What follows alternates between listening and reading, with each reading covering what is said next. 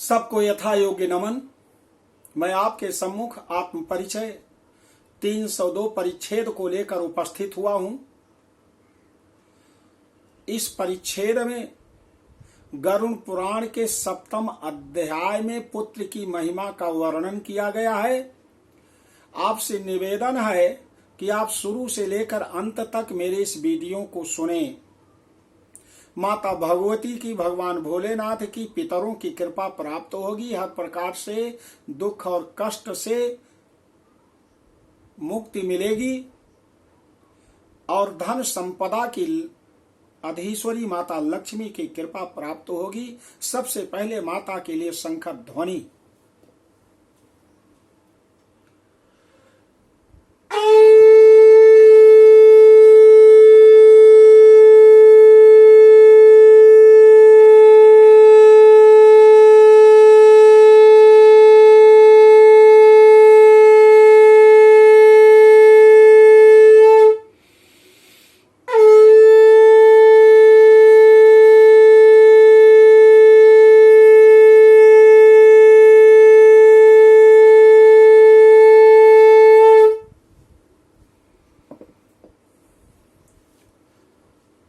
आपसे निवेदन है, जिन्होंने मेरी इस वीडियो को सब्सक्राइब नहीं किया, केवल एक बार सब्सक्राइब कर दें।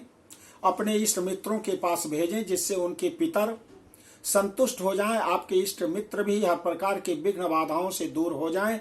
केवल एक बार उनसे सब्सक्राइब करने के लिए निवेदन करें और मेरे इस वीडियो को सुनें। 7वां अध्याय गरुड़ पुराण का। माता भगवती कहती हैं कि हे पुत्र नारायण, आप गरुड़ जी को 7वें अध्याय के विषय में आप बताएं। इस 7वें अध्याय में गरुड़ जी उसी प्रकार से 6 अध्याय को सुनकर गरुड़ पुराण में गरुड़ जी वैसे कांपने लगे जैसे पीपल का पत्ता कांपने लगता है। आगे गरुड़ जी कहते हैं कि हे प्रभु, आप मुझे बताइए कि किस प्रकार से इस नरक यातना से मुक्ति मिल सकती है, उसके विषय में आप मुझे बताइए। तो सुनिए ध्यान से।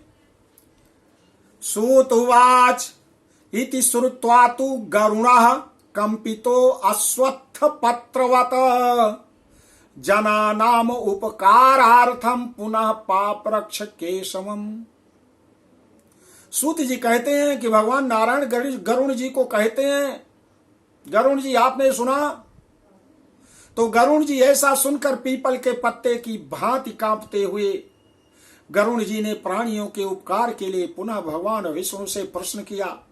गरुणुवाच कृत्वा पापानि मनुजा प्रमादाद बुद्धितो अपि वा नायान्ति यातना याम्या केनोपायेन कथ्यताम् संसार आरणौ अवमग्नानां नराणां दीन चेतसाम् पापोहत बुद्धीनां विषयोपहत आत्मनाम् उद्धारथम वद स्वामिन पुराणार्थम विनिश्चयम उपायम एन मनुजा सदगतिमयांति माधव।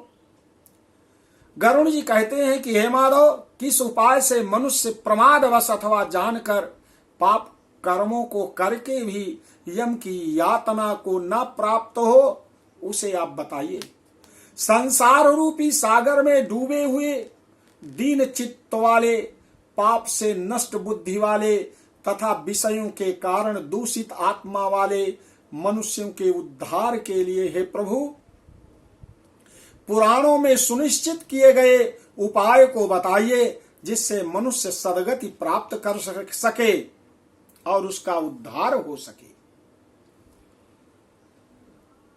श्री भगवान उवाच साधु पृष्ठम त्वया तार्क्ष मनुषाणाम हिताय वै शृणुष्वावहितो भूत्वा सर्वं ते कथयाम्यहम् दुर्गतिः कथिता पूर्वं पुत्राणां च पापिनां पुत्रिणां धार्मिकाणां तू न कदाचित् खगेश्वर पुत्र जन्म निरोधा स्याद्यधि केनापि कर्मणा तदा कश्चिद उपायेन पुत्रोत्पत्तिं प्रसादयेत् हरिवंश कथाम श्रुत्वा सतचंडी विधानतः भक्तया श्री शिवम आराधे पुत्रम उत्पादयेत सुधी।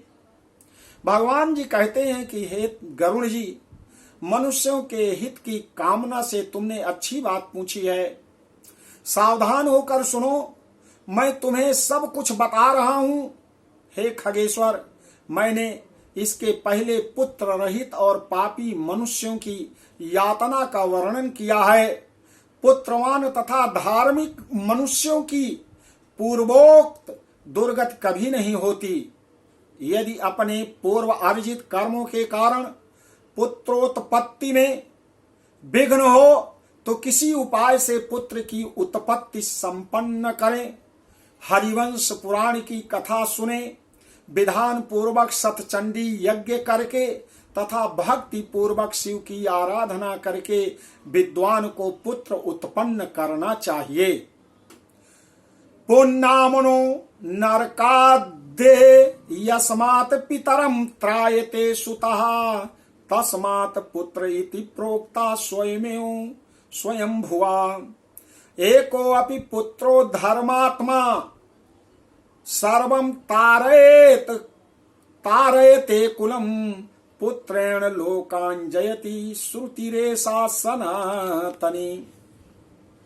गरुड़ जी, यतः पुत्र पितरों की पुम नामक नरक से रक्षा करता है। पुत्र पितरों की पुम नामक नरक से रक्षा करता है। अतः स्वयं भगवान ब्रह्मा ने ही उसे पुत्र नाम से कहा है। एक धर्मात्मा पुत्र संपूर्ण कुल को तार देता है। पुत्र के द्वारा व्यक्ति लोकों को जीत लेता है, ऐसी सनातनी श्रुति है। इति वेदैरपि प्रोक्तम पुत्र माहात्म्यम उत्तमम तस्मात् पुत्र मुखम दृष्ट्वा मुच्यते पैतृकादृणात्। पौत्र से इस परस्नान मर्त्यो मुच्यते चारिण त्रयात् लोकानत्तेद दिवः प्राप्ति पुत्र पौत्र पौत्रकैः। ब्राह्मोढ़ा पुत्रोन्नयति संगृहीतस् त्वधो नयेत्। एवं ज्ञात्वा खग श्रेष्ठ हीन जाति सुतांस त्यजेत। इस प्रकार वेदों ने भी पुत्र के उत्तम माहात्म्य को कहा है। इसलिए पुत्र का मुख देख करके मनुष्य पितृ ऋण से मुक्त हो जाता है। पौत्र का स्पर्श करके मनुष्य तीनों देव ऋषि पितृ ऋणों से मुक्त हो जाता है। इस प्रकार पुत्र पौत्र और परपौत्र से यमलोकों का अतिक्रमण करके स्वर्ग आदि को प्राप्त करता है। ब्रह्म विवाह, ब्रह्मदेव आर्ष प्रजापत्य असुर गांधर्व राक्षस तथा पैशाच, ये 8 प्रकार के विवाह कहे गए हैं। तो ब्रह्म विवाह की विधि से ब्याही गई पत्नी से उत्पन्न औरस पुत्र ऊर्ध्वगति प्राप्त कराता है और संग्रहित पुत्र अधोगति की ओर ले जाता है। हे खगश्रेष्ठ, ऐसा जान करके व्यक्तिहीन जाति की स्त्री से उत्पन्न पुत्रों को त्याग दे। देवियों सज्जनों, मैंने प्रथम श्लोक से लेकर 15 श्लोक तक आपको बताया, जिसमें पुत्र की महिमा का गान किया है कि किस प्रकार से पितरों को पुम नामक नरक से बचाता है। जो पुम नरकम तारयति यतः सो पुत्रः कथ्यते। पुम नामक नरक को जो पार करा देता है वही पुत्र है। इसके आगे का वर्णन आगे के परिच्छेद में जरूर सुने। हर प्रकार से माता भगवती रक्षा करेंगी। बोलो आदि शक्ति माता भगवती की जय।